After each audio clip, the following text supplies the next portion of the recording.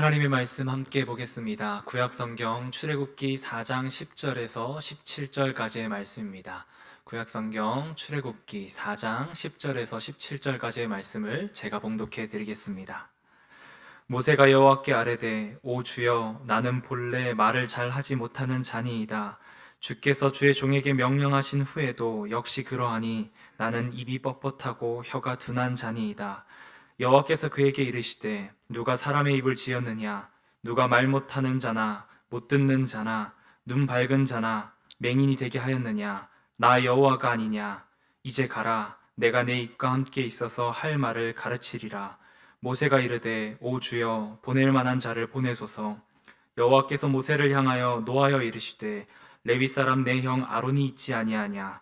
그가 말 잘하는 것을 내가 아노라. 그가 너를 만나러 나오나니 그가 너를 볼 때에 그의 마음에 기쁨이 있을 것이라. 너는 그에게 말하고 그의 입에 할 말을 주라. 내가 내 입과 그의 입에 함께 있어서 너희들이 행할 일을 가르치리라. 그가 너를 대신하여 백성에게 말할 것이니 그는 내 입을 대신할 것이요 너는 그에게 하나님같이 되리라. 너는 이 지팡이를 손에 잡고 이것으로 이적을 행할지니라. 아멘.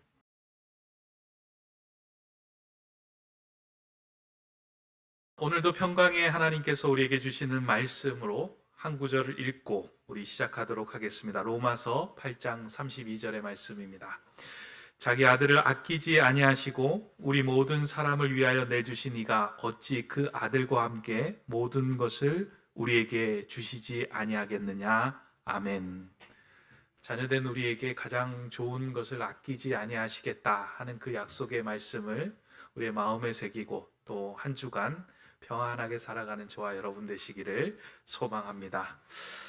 지난 주간에 우리 교회에서 엄마들에게 좀 샬롬을 주자, 코로나19로 인해서 육아에 지친 엄마들에게 좀 쉴 수 있는 시간을 주자 해서 엄샬데이를 한 주간 동안 했습니다. 그래서 부모님들도 어머니들도 오시고 아이들도 와서 아이들은 우리 또 교역자들이 맡고 교인들이 맡고 또 엄마들은 좀 즐겁게 지내는 시간을 가졌습니다. 엄마들이 와서 교회에 와서 쉬는 시간 동안 좀 읽을 만한 좀 책을 선물하면 좋겠다 생각해서 이제 몇 주간에 걸쳐서 책을 좀 고르고 또 선정을 했습니다. 그래서 저하고 커피를 마셨던 엄마들에게는 이제 책을 한 권씩 선물했는데요. 그 책 제목이 완벽주의의 작별을 고하다라고 하는 책이었습니다. 엄마들이 자녀를 키우면서 완벽하게 자녀를 키워야 되겠다. 그리고 완벽한 부모가 돼야 되겠다 하는 그 부담감에서 조금 벗어났으면 좋겠다 하는 생각에서 이제 그 책의 제목을 보고 골랐는데요. 제가 선물하기 전에 저도 먼저 읽어야 되겠다 하고 그 완벽주의의 작별을 구하다 책을 한 2주간에 걸쳐서 계속 여러 번 읽었습니다. 책을 읽으면서 오히려 엄마에게 줘야 되는 선물이 아니라 나에게 주는 선물인 것 같은 책이다라는 생각이 들었습니다. 내가 마음이 불안하고 힘들고 또 때로는 지치고 두려워하는 그 일들 가운데 많은 부분이 완벽주의의 그 성향에서 기인된 일이구나 하는 것들을 발견하게 되었습니다. 아마 여기에 계신 성도님들 중에서도 아마 많은 분들은 절반 이상은 완벽주의로 인해서 힘들어하거나 어려운 시기를 보냈거나 또 보내고 계시는 분들도 계시리라고 생각이 됩니다. 처음에 저도 제 성향하고 완벽주의는 맞는 것 같지 않아서 완벽주의라고 말하면 나는 아니다. 나는 완벽주의하고 거리가 멀 사람이다 라고 생각을 했는데 책을 읽어보면서 내가 완벽주의적인 성향과 그런 마음이 있어서 이렇게 힘든 적이 있었구나라는 것이 이해가 됐습니다. 아마 여러분들에게도 좀 한번 그 질문, 체크리스트를 좀 말씀을 좀 드리면서 나는 어떤 성향이 있는가 한번 여러분들이 좀 이렇게 손을 꼽아보면 좋을 것 같습니다. 몇 가지 이제 질문들을 제가 뽑아왔는데요. 한번 질문을 들어보면서 나는 몇 가지가 속하는가? 하면서 한번 손가락을 꼽아보시면 좋겠습니다. 첫째로 나는 사람들 앞에서 실제보다 훨씬 유능한 척 한다. 두 번째, 남들이 나를 평가하는 것이 두렵고 평가받는 일은 피하고 싶다. 스스로 뭔가를 성취해도 이보다 더 잘했어야 한다고 여긴다. 네 번째, 지금의 성공은 내가 운이 좋았기 때문에 가능했다라고 생각한다. 다섯 번째, 최선을 다하는 일보다 다하지 못하는 일을 더 많이 기억하는 편이다. 여섯 번째, 올림픽에 출전하는 선수 중에 메달을 따는 선수, 그러니까 금, 은, 동, 메달을 따는 선수에게만 관심을 둔다. 순위에 들지 못하는 선수에게는 관심을 갖지 않는다. 나는 다른 사람과 나를 끊임없이 비교하며 특히 내 분야에서 경험이 많은 사람과 비교하며 비슷한 결과를 내지 못하는 나에게 아쉬움을 느낀다. 아마 여러분들도 이렇게 하나씩 꼽아본다면 나에게 속하는 것이 몇 가지가 있다라고 생각이 들 겁니다. 한 3개 정도 손가락을 꼽으셨다면 나는 완벽주의적인 성향이 있다. 5개 정도 꼽으셨다면 나는 거의 완벽주의다 라고 생각하면 되고요. 7개 꼽으셨다면 완벽주의자로 지금 완벽주의에 덫에 걸렸다라고 생각하면 됩니다. 저도 이걸 읽으면서 제가 거의 다 속하는 것을 보면서 좀 많이 놀랐습니다. 근데 여기서 말하는 완벽주의는 단지 주어진 일을 완벽하게 하는 사람이라는 의미가 아니라 모든 일에서 완벽해야 한다라는 마음을 가진 사람으로 이해하면 됩니다. 일에서 완벽을 기하는 건 꼭 필요한 일입니다. 왜냐하면 특별히 생명을 다루는 일을 할 때 그 일에 있어서 완벽을 기하지 않는 일은 위험한 일입니다. 의사가 누군가를 수술할 때 완벽을 기하려고 하지 않는다면 큰 일이 벌어질 수 있기 때문에 일할 때 완벽을 기하는 건 참 중요한 일인데, 여기서 말하는 완벽주의는 그런 의미가 아니라 모든 상황에서 완벽하고자 하는 마음 때문에 나 스스로를 강박의 틀 안에 갖추어 자유롭지 못하게 하는 마음을 가진 것, 그것을 의미합니다. 이러한 마음에 빠져드는 순간에 우리는 우리 자신의 부족한 모습을 감추기에 급급하고 또 언제 내 자신이 드러날까 불안감에 사로잡히며 살아가게 됩니다. 또 실수하지 않으려고 실수에 집중하다 보니까 신경이 예민해집니다. 일을 할 때. 또 우리의 몸에 무슨 일을 하기 전에 건강에 이상한 반응이 나타나기도 합니다. 만약에 자녀를 키우는 부모가 이 완벽주의에 빠지게 되면 자녀의 모든 것을 통제하려고 합니다. 자녀와의 관계에서 그래서 불화가 생겨나고 그 속에서 자라나는 자녀들은 또다시 부모 앞에서 완벽한 모습을 보이려고 하기 때문에 또 완벽주의의 길을 걸어가게 됩니다. 그래서 그 자녀들은 부모 앞에 설 때 완벽한 모습을 갖추기 위해서 가면을 쓰는 일입니다. 이렇게 가면을 쓰고 살아가는 사람들을 임포스터라고 이야기를 합니다. 미국의 심리학자들이 통계낸 것을 보면 미국 인구 중에 전체 70% 이상이 이렇게 가면을 쓰고 임포스터로 살아가고 있다라고 이제 발표한 것을 본 적이 있습니다. 아마 우리나라도 이와 비슷하다라고 생각합니다. 그러다 보니 삶에서 많은 사람들이 불안과 우울의 증상을 보이고 삶의 질이 떨어지고 건강이 상하는 일들이 많이 나타납니다. 그렇다면 성경은 이러한 완벽주의에 대해서 뭐라고 말하고 있을까? 성경을 찾아보면 성경에서도 완벽주의는 하나님이 원하시는 자녀의 모습이 아니다라고 말합니다.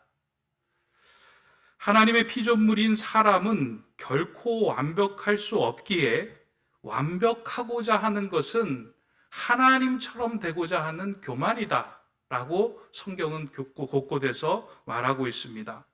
이 영어로 완벽을 뜻하는 perfect라는 단어는 흠없이 완전하다라는 뜻입니다. 다른 말로 표현하면 더 이상 발전할 것이 없으며 그 안에 있는 모든 것이 흠이 없는 상태가 완전, perfect입니다. 이러한 단어의 의미로 볼 때 완벽은 피조물에 해당되는 단어가 아니라 창조주인 하나님께 사용되는 단어입니다. 그래서 예수님은 산상보훈에서 제자들에게 그리고 말씀을 듣는 사람들에게 어떻게 하나님 나라의 백성으로 살아갈 것인가를 아주 상세하게 설명하신 후에 너희는 이것을 완벽하게 지켜라 라고 말씀하지 않고 아버지의 온전하신 같이 너희도 온전하라라고 말합니다. 이 완벽과 온전은 좀 다른 의미인데요. 우리는 온전을 완벽으로도 이해를 하는데 온전은 완벽의 의미가 아니라 하나님을 닮아서 조금씩 성장해 가고 성숙해 가는 그 과정 방향성이 온전입니다. 그래서 성경은 일관되게 우리는 불완전한 존재이며 지어져 가는 존재이며 하나님의 돌보심 속에서 조금씩 성숙해져 가는 온전해야 하는 존재다라고 말을 하고 있습니다.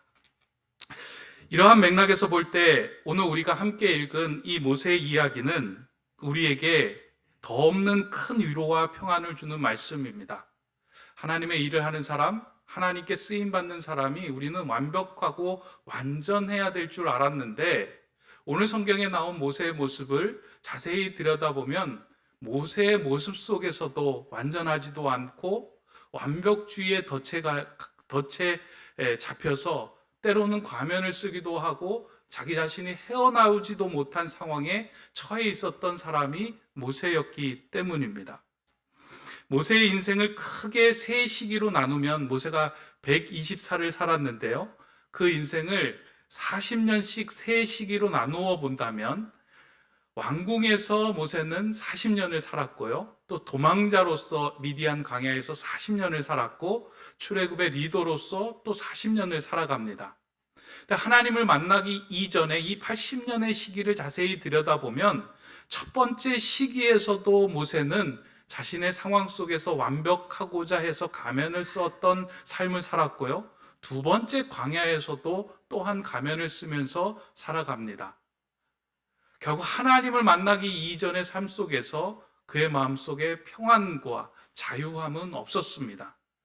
그 첫 번째 시기를 좀 살펴보면 첫 번째 시기에서 모세는 완벽한 삶을 살아가고자 자기 과신이라는 가면을 쓰고 살아가게 됩니다.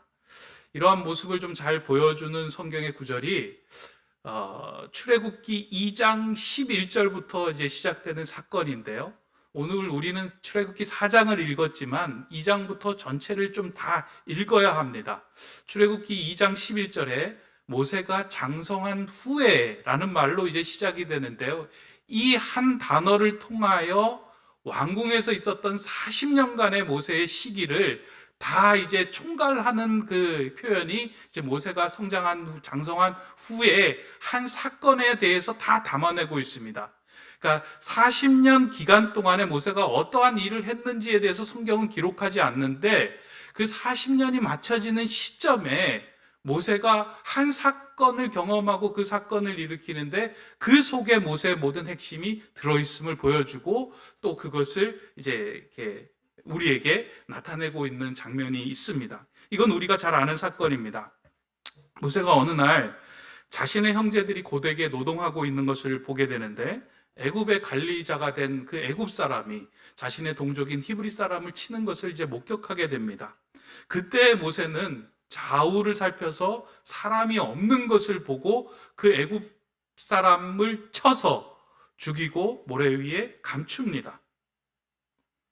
모세는 히브리인이었지만 애굽의 왕국에서는 애굽 사람으로 완벽하게 살고자 했던 사람이고 히브리 사람들 앞에서는 히브리인들 당신을 보호하는 보호자로서 완벽하게 살려고 애썼던 사람입니다. 아마 유모였던 친어머니의 기대와 애굽의 왕궁에 속한 사람으로 양쪽 사람들의 시선에 신경을 쓰며 자신을 상황에 맞추어가며 완벽하게 살아가고자 노력했던 사람이 아마 모세입니다. 이렇게 자기 과신의 가면을 쓰게 되면 모든 일에 자신이 개입해서 해결해야 한다는 생각을 하게 됩니다. 이게 완벽주의의 특징 가운데 하나가요. 내가 속한 모든 곳에 내가 개입을 해서 해결을 해야지만 내 속이 편하다라고 생각이 됩니다. 그냥 흘러가는 것을 보지 않고 개입해서 잘못된 것을 고치고 판간의 역할을 해야만 내 속이 편하기 때문에 내가 그 힘과 그 능력이 있다라고 생각하고 곳곳에 관심을 두고 힘을 쏟습니다. 애굽 사람에게도 모세는 그리고 히브리 사람에게도 판간의 역할을 했습니다. 그러면서 한편으로는 자신의 이 전혀 다른 두 모습이 탄로날까 봐 하는 두려움이 있다 보니 결정적인 순간에는 과격한 행동까지 하게 되었습니다.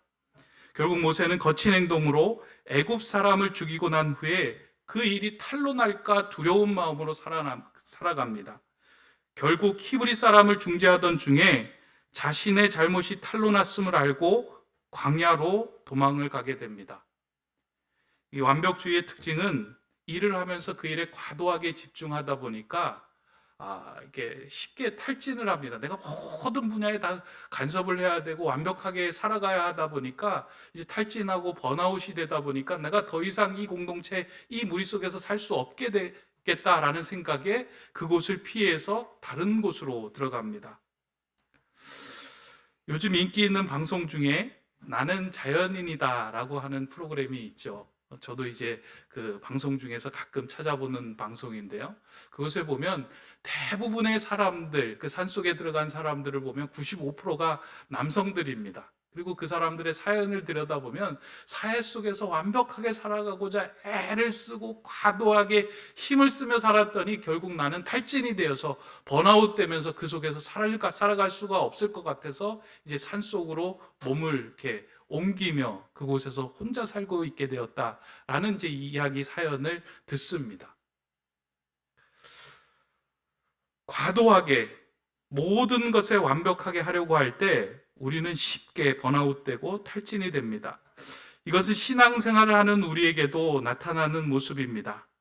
예수님을 믿고 난 후에 우리는 스스로 완벽한 사람이 되어야 된다, 완벽한 그리스도인이 되어야 된다라고 생각하기도 합니다. 그러다 보니 가정에서, 직장에서, 교회에서 내가 하는 모든 일에서 성실하고 신실하고 깨끗하고 흠없고 도덕적으로 살아가야 한다 하고 스스로를 막 가두면서 살아갈 때가 있습니다. 그러다 보니 어느 순간에 신앙생활을 하는 것이 이렇게 힘들구나, 지치구나, 어렵구나 하면서 자기 자신한테 이렇게 어려움에 이렇게 사로잡혀 있는 모습을 보게 됩니다. 실제로 우리는 자주 실수하는데 그 실수하는 자신을 받아들이지 못하면서 자신에 대해 낙담하게 되고 늘 위축이 되는 삶이 이 완벽주의로부터 오는 것입니다.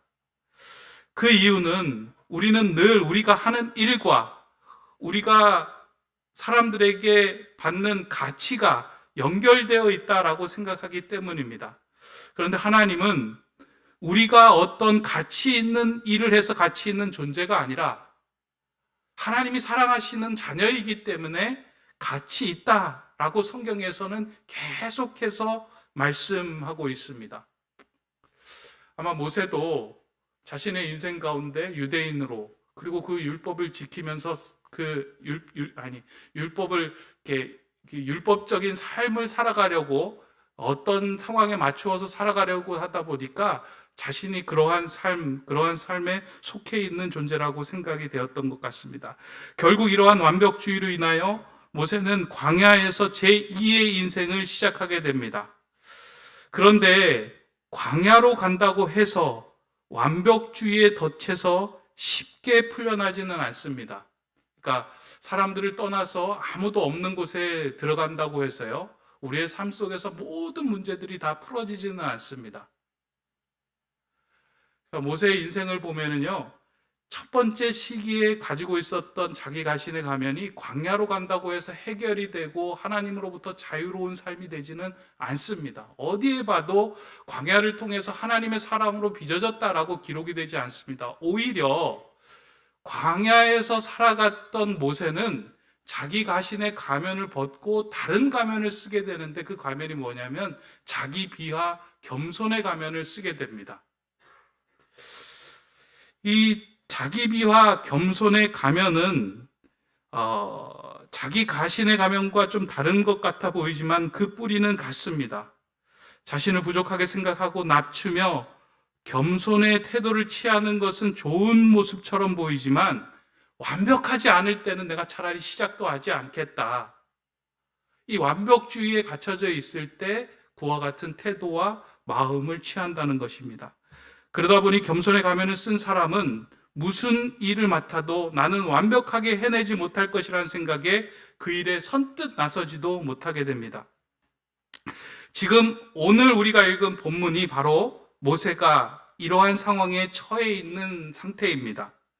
하나님께서 모세를 통하여 하나님의 일을 맡기시겠다고 모세를 찾아가 수차례 말씀을 하는데 모세는 하나님의 말씀을 고지곳대로 듣지 않습니다. 그리고 계속 거절합니다. 나는 입이 뻣뻣하고 혀가 둔하여서 하나님의 말씀을 전할 수 없다고 거절을 합니다. 하나님께서는 모세를 입을 지은 사람이 누구냐? 내가 입을 지었다. 걱정하지 마라. 내 입에 내가 할 말을 넣어주겠다라고 말을 하지만 모세는 그 하나님의 말씀을 고지곳대로 받아들이지 못합니다. 결국 하나님은 이러한 모세의 반응에 마지막에는 화까지 내십니다. 하나님 말씀 앞에서 겸손의 가면을 쓴 것은 겸손한 것이 아니라 교만이라는 것을 지적하며 말씀하신 것입니다. 이 완벽주의의 작별을 고하다라는 책에서 겸손에 대해서 이런 이야기를 합니다. 한번 여러분 들어보시면 좋겠습니다. 겸손이란 내 가치를 깎아내리고 하찮게 만드는 것이 아니라 하나님의 용서를 받아들이고 내 자신에 대한 하나님의 사랑과 가치 평가를 인정하는 것이다. 내가 나를 받아들이고 사랑하기 힘들 때조차 하나님은 나를 사랑하고 계심에 놀라면서 말이다. 겸손이라는 것은 하나님께서 나를 인정하고 사랑하는 것에 순복하며 하나님의 말씀을 받아들이는 것이지 부족하다, 나약하다, 할 수 없다라고 이야기하는 것이 아니다라고 말합니다. 그래서 하나님은 이렇게 말하는 모세를 끝까지 포기하지 않으시고 하나님의 사람으로 빚으시기 위하여 집요하게 붙들어서 하나님의 사람으로 바꾸어 가십니다. 완벽주의에 덫에 걸려 있는 모세를 끄집어내고자 이쪽 저쪽으로 살펴가시면서 그곳에서 끄집어내십니다. 저는 여기에 참 큰 은혜가 있다라고 생각을 하는데요. 성경에서 회복이 되고 하나님의 사람으로 빚어지는 모든 사람들은 자기 자신의 노력과 애씀을 통해서 그 평강에 이르는 것이 아니고요. 하나님의 전적인 사랑이 그에게 비춰져서 끊임없이 그에게 다가가 은혜와 사랑과 자비를 베풀어 줄 때 그가 갇혀 있는 곳으로부터 풀려나는 것을 보게 됩니다. 모세가 갇혀 있는 곳으로부터 하나님의 사랑이 비춰져서 모세는 그곳에서 풀려나고 하나님 은총 가운데 하나님의 쓰임받는 출애굽의 리더가 됩니다. 제가 이 오늘 말씀을 준비하면서 지난 시간에 제 자신을 좀 많이 들여다보았습니다. 책을 읽으면서 들여다보았고요. 또 성경을 읽으면서 지난 시간에 제 모습을 많이 들여다보았습니다. 이게 목회자로 살아가면서요. 목회자도 참 많은 가면을 쓰고 살아갑니다. 내가 가지고 있는 것보다 훨씬 유능한 척 보이려고 과신의 가면을 쓰기도 하고요. 내가 할 수 있는 일에는 나서지만 할 수 없는 일에는 겸손한 척하면서 나서지 않는 겸손의 가면을 쓰면서 살아가기도 합니다. 그러면서 마치 그것이 나의 모습인 양 나를 꾸미고 위장하며 살아갈 때가 많이 있었습니다. 그러니까 목회 초기에는 더 그렇게 저를 꾸미고 살아갔던 것 같아요. 그러다 보니까 교회 생활, 목회 생활, 그리고 성도들과 대하는 곳에서 편하게 그들을 대하고 살아가는 것이 아니고요. 늘 내가 언제 실수할까? 내가 저 사람들의 시선에 어떻게 맞추어질까? 라고 하면서 늘 불안해 그렇게 살아갔던 삶들이 있었습니다. 지금은 참 많이 자유했지만 목회 초기, 그러니까 30대 후반에 일본에서 목회할 때는 좀 이런 경향들이 더 컸던 것 같습니다. 어떠한 일이 있었냐면 과거에 일본에 있을 때 제가 이제 김동우 목사님을 모시고 이제 집회를 좀 여러 번 했습니다. 우리도 지난주에 했잖아요. 그것처럼 우리 성도님들에게 좋은 말씀을 이제 양육하고 또 공급하고자 목사님을 모시고 집회를 했는데요. 그러면 이제 성도님들이 너무 좋아하시는 거예요. 오랜만에 이제 한국에서 또 말씀 잘 전하시는 목사님 오셔서 또 은혜로운 집회를 이렇게 끝나고 난 다음에 성도님들이 너무 좋아서 이제 와서 이렇게 이야기하는 거예요. 목사님 집회 너무 좋았습니다. 목사님 말씀이 너무 은혜가 되었습니다. 내가 고민하고 있던 문제가 다 풀렸습니다. 참 감사합니다. 그러면서 막 너무 좋게 막 이야기를 막 하는 거예요. 근데 저는 그 이야기를 들을 때 한편으로 감사한 마음도 있었지만 제가 그 이야기를 들을 때 그 이야기가 어떻게 들렸냐면 목사님 설교가 좀 부족합니다. 더 노력하셔야 될 것 같습니다. 목사님 설교로는 제가 성에 차지 않습니다. 아무도 그렇게 얘기를 안 했거든요. 근데 저한테는 그렇게 들리는 거예요. 그래서 그 주에 어떤 마음이 들냐면, 설교를 준비할 때 완벽을 다해서 기회해서 해야 되겠구나 라고 생각을 하면서 그 설교에 마음을 많이 쏟으며 막 더 해야 된다, 더 해야 된다, 더 해야 된다라고 생각을 하며 마음을 쏟습니다. 그리고 준비하고 또 설교를 하는데요, 제가 가지고 있는 기준에 미치지 못할 때 설교하고 나면 마음이 어떨까요? 또 가슴을 치면서 내가 이렇게밖에 못하나 하고 마음이 위축되고 낙담이 드는 거예요. 그때는 그 이유가 뭔지를 잘 몰랐어요. 지금 나중에 지나고 보니까 나는 완벽하고 완전하지 못한데 자꾸 완벽하고 나보다 더 윗사람들하고 비교를 하면서 그에 도달하려고 하며 내가 완벽주의의 덫에 걸려서 살아가고 있구나라는 생각을 했습니다. 이 문제로 인해서 참 많이 힘들어하고 있었을 때 또 하나님 앞에서 기도하던 중에 하나님이 그냥 제 마음에 툭 넣어주시는 것이, 하나님께서 원하시는 것은 최고가 아니라 최선이다. 하나님은 너가 최고가 되어서 무엇인가를 완벽하게 해내는 것을 원하는 것이 아니라 최선을 다하는 삶을 가장 기쁘게 여기신다. 그러면서 제 마음에 그런 음성이 들리는 것 같았어요. 장모사, 최선 다했잖아. 괜찮아. 최선을 다했잖아. 그런 말씀을 조금씩 들으면서 제가 많이 자유로워졌습니다. 이번에 김동욱 목사님 집회를 마쳤잖아요. 집회를 마치고 난 다음에 교인들이 제 방에도 오고 또 만날 때마다 이야기하는 거예요. 목사님 너무 집회가 좋았습니다. 말씀이 너무 좋았습니다. 제 마음이 너무나도 시원해졌습니다. 막 이야기를 하는 거예요. 이번엔 제가 어떻게 들렸게요? 예전처럼 들렸을까요? 감사하게 저는 예전처럼 들리지 않았어요. 너무 감사하다.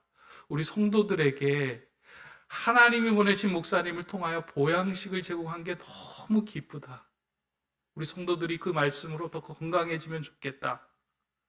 그러면서 제 마음에 드는 생각은 뭐냐면요, 이 완벽주의로부터 조금 벗어난 사람에게는 자기 자신에 대해서 담대함이 생기는 거예요. 그래서 제가 마음의 담대함이 어떻게 생겼냐면, 보양식은 자주 먹으면 탈난다.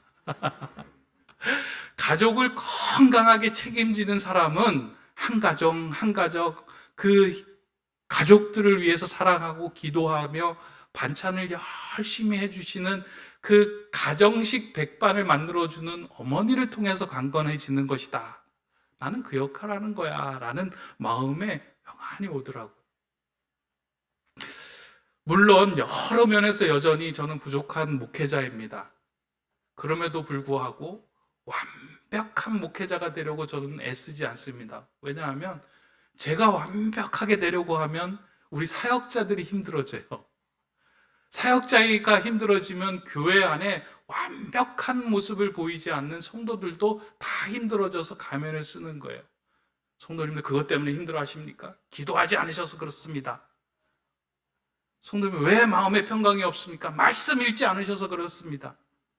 하나님 더 붙들고 강건하게 사십시오라고 완벽한 모습만 강요할 때 성도들의 마음속에는 가면을 쓰기 시작하더라고요.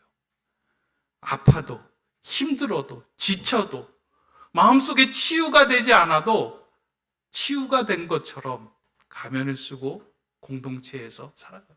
시간이 오래 지나면 지날수록 회복이 되는 것이 아니고요, 점점 가면이 두터워지더라고요. 아닌 것처럼, 괜찮은 것처럼.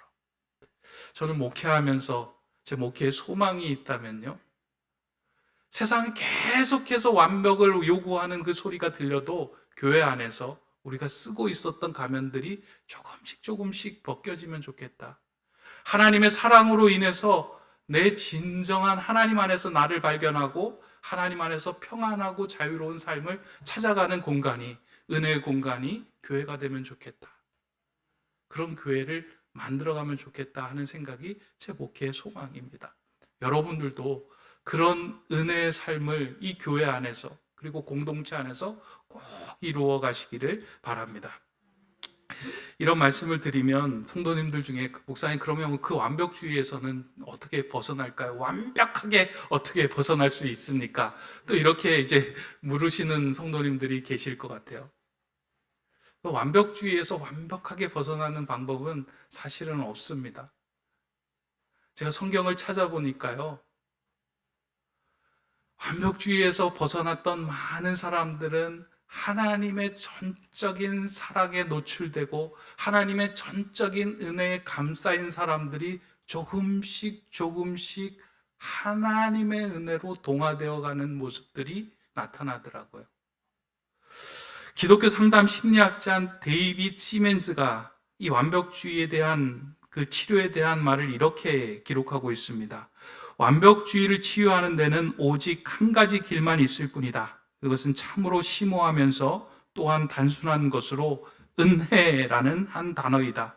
은혜는 아무런 장점이나 능력, 자격 없는 사람에게도 아낌없이 주어지는 호의이며 우리의 가치에 상관없이 우리를 용납하시는 하나님의 완전한 사랑을 의미한다. 하나님의 완전한 사랑, 그 사랑이 우리에게 비춰질 때 우리는 점점 하나님의 온전함을 닮아가는 존재가 된다는 것입니다. 저는 오늘 말씀을 우리가 잘 아는 찬송가 293장 주의 사랑 비칠 때에, 오늘 설교 제목이기도 한데요, 그 찬송가 2절로 좀 마무리하려고 합니다. 주의 사랑 비칠 때에 이 세상은 아름답고 활기차게 다 변하네. 화평 중에 내 영혼 영광스러운 새 생명 다시 찾게 되었네. 그 큰 사랑, 주의 사랑이 비칠 때 이 세상이 아름답고 활기차게 다 변해갑니다. 화평 중에 내 영혼 영광스러운 새 생명, 새로운 생명을 다시 찾게 됩니다. 하나님의 그 큰 사랑 안에 우리가 노출되기 시작할 때, 우리를 가두고 있는 완벽주의, 우리를 불안하게 하고 있는 모든 완벽하게 해야 된다라는 그 사랑이, 그 삶이 하나님의 사랑이 비춰질 때는 자유로워지고 평안의 그 은총을 누리게 됩니다. 저는 말씀을 준비하면서 오늘 이 자리에서 예배하는 우리 어른들이 먼저 이 완벽주의에서 좀 벗어난 하나님의 사랑에 많이 노출된 사람이 됐으면 좋겠다 생각이 들고요. 우리 자녀들에게 그 사랑을 많이 비춰주면 좋겠다. 우리 자녀들이 하나님의 사랑을 받는 것이 누구를 통해서 받냐면요, 어른과 부모와 우리 함께하는 사람들을 통해서 주의 사랑이 비춰지는지를 우리 아이들은 발견하게 되는 거예요. 근데 교회에 왔더니 완벽한 시선으로 아이들을 보는 거예요. 너 왜 그러냐? 너 이렇게 교회 예배 오는데 이렇게 온전치 못한 모습으로 왔냐? 라고 지적하고 완벽한 모습을 얘기하는 것이 아니라 그냥 전적인 사랑으로 감싸주며 사랑하며 하나님 너의 그런 모습까지도 사랑해 라고 이야기하는 그 모습을 통해서 우리 아이들은 교회 와서 가면 쓰지 않고요, 그냥 자유롭게 평안하게 하나님과 샬롬을 누리는 삶이 될 것입니다. 요즘 자녀들이 보면 교회 와서 그냥 엄마 따라서 억지로, 청소년 시기에는 가정의 불화가 일어나지 않도록 내가 얘기 들어줄게, 뭐 이런 마음으로 교회 오는 자녀들이 있는데요, 그 자녀들이 교회 와서 계속해서 어떤 완벽을 이야기하게 된다면 가면이 두터워질 겁니다. 근데 그 들어오는 아이들을 통하여 한없이 누구야, 한없이 널 사랑한다, 하나님이 널 사랑한 것처럼 나도 널 사랑한다라고 이야기했을 때 그 아이들의 마음이 눈 녹듯이 녹아지고 평안이 임할 것입니다. 그런 아름다운 공동체를 세워가는 저와 우리 모든 성도님들 되시기를 주님의 이름으로 간절히 소망합니다. 기도하겠습니다. 사랑의 하나님, 오늘 우리의 삶에서 더 씌워진 부정적인 가면들이 주님의 사랑으로 모두 벗겨지게 하여 주시옵소서. 완벽해야 한다는 세상의 소리와 사람들의 시선에 휘둘리지 않게 하시고 진정한 내 자신으로 살아가며 우리에게 비춰진 그 사랑의 빛을 자녀들에게도 비추어지게 하여 주시옵소서. 교회 안에서 자라나는 자녀들도 이 완벽주의에서 자유한 어른들이 비추어지는 그 사랑으로 인하여 참 평안과 새 생명을 얻는 믿음의 아들, 딸이 다 되게 하여 주시옵소서. 예수 그리스도의 이름으로 기도드립니다. 아멘.